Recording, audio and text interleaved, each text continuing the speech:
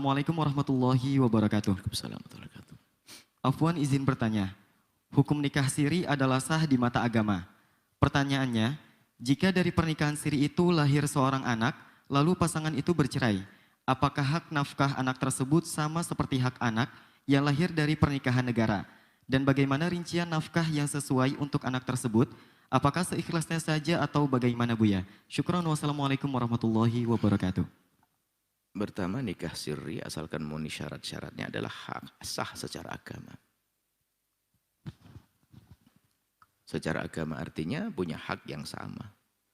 Istrinya punya hak yang sama dengan istri, dengan kalau seandainya dengan resmi. Mohon maaf kalau bicara nikah siri tidak harus poligami loh ya. Bukan di masalah poligami, nikah siri yang dibahas. Seperti kalau ini hari ini bab zina, ada seorang bapak menikah, seorang laki-laki menikah dengan seorang perempuan siri. Minta kenapa siri? Karena anak saya tidak terima kalau saya nikah. Maka nikah siri untuk menyelamatkan diri sah. Jadi tidak serta-merta kalau bicara nikah siri langsung poligami. Kadang-kadang langsung ke sana. Tidak. Mungkin seorang wanita karena keluarganya tidak mau, kemudian dia harus nikah siri sementara dia punya kebutuhan.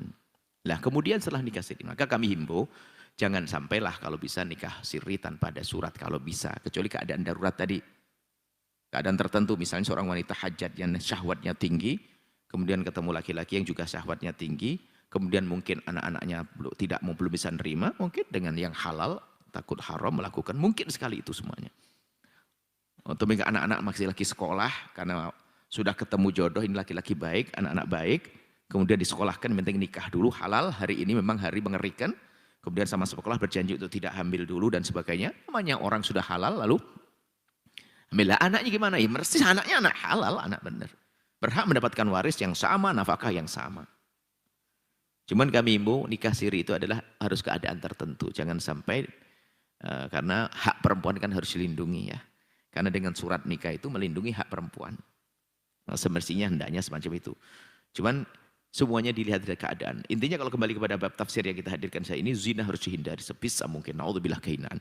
Nah, hak-haknya sama. Hanya karena belum dicatat di negara saja, lalu tidak diberi haram dosa. Makanya justru yang paling mengerikan. Kalau ada seorang laki-laki nikah siri itu adalah yang dikhawatirkan anak yang dilahirkan kemudian tidak punya hak, itu yang bahaya.